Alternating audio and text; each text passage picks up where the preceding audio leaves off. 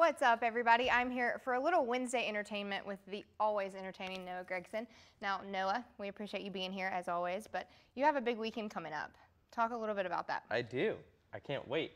And how you're making your first Xfinity start. Yep. Richmond Raceway. Tell me how that came together. So I'm going to be racing with Joe Gibbs Racing in the number 18 Switch Toyota Camry, and they had the availability to run a couple races over there, and so we jumped on it. So I'm very thankful for Rob Roy and the rest of the Switch family for allowing me to go out there and run in the NASCAR Xfinity Series, moving up through the ranks, running the Truck Series full-time this year, just trying to get as many races under my belt and trying to race as many different things as I can to learn as much as I can. So just very fortunate for the opportunity to be able to run with them. And now the 18 just went into victory lane at Bristol, so no pressure, but do you feel the pressure? I definitely feel the pressure. I mean, they all keep telling me don't be too harsh on myself this week and don't put a lot of pressure. But I've been putting so much pressure on myself, I'm not going to lie. This is a big opportunity for me, and I need to go prove myself out there, I feel like. And I also need to learn. So that's probably the biggest thing, is learning throughout the whole entire weekend, and then following 2 weeks at Talladega and Dover is just trying to learn as much as possible. So a great group over at Joe Gibbs Racing. Eric Phillips and the rest of the guys are going to have me pretty comfortable. It's just all about learning. Now, I know that Kyle Busch has said that this Xfinity start is going to help you throughout the season with trucks as well. So how does it feel to have kind of the boss man sit there and tell you that we're excited about this and it's going to help you? Well, I hope it works because, he's a pretty smart guy, and definitely I think racing against those Xfinity guys and adapting to their style of driving and what they do on restarts and how aggressive they are, and really putting everything on the line is going to be the biggest thing, and you never really understand what it's going to be like until you're in that moment. So to be able to be in that moment, I can take that over to the Truck Series garage and I can use it to my advantage. Right. Now, I know in 2015 you have a little bit of experience at Richmond with K&N, but how do you handle that track? It's a short track, it's tough, so how do you maneuver that? Well, I was new to stock cars back in 2015. That was my first year, so I went there and I had a decent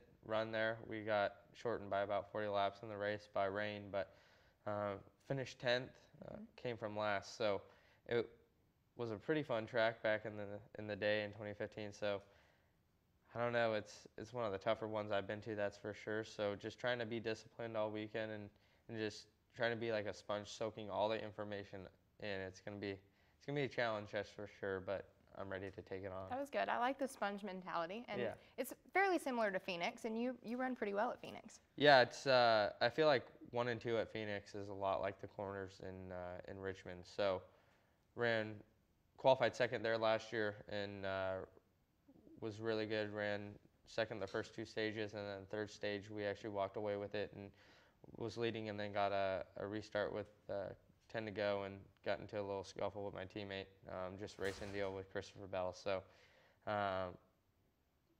just taking all the knowledge I've gathered throughout the past years of racing and bringing it all together will definitely help me this coming up weekend at Richmond. Now, I know a win is obviously the highest expectation, but realistically, what are your expectations for this weekend? Really, the main thing is learning. I feel like I have the opportunity and I'm in the equipment at Joe Gibbs Racing in the number 18 Switch Toyota Camry that it's capable of winning. All 3 cars over at Joe Gibbs Racing are always fast when they go to the racetrack, so I always feel like they have a shot to win. So it's my first one. I want to win, but realistically, if I can run in the top 8 this weekend, I'll be more than happy. All right, so shifting gears a little bit, I can't get you in here without putting you in the hot seat. So a little bit of a hot seat with Steve O'Donnell, and you shot your shot there with his daughter on Twitter. And are you taking her to homecoming? What's the deal with that? No, actually a lot of girls on Twitter have asked me to go to homecoming, but I've always had races those weekends. But Steve O'Donnell's daughter, take a new weekend. Great singer. I'm not going to take that away from her, but I don't know. I feel like it's kind of a trap. Like, if I go to on a date with her, then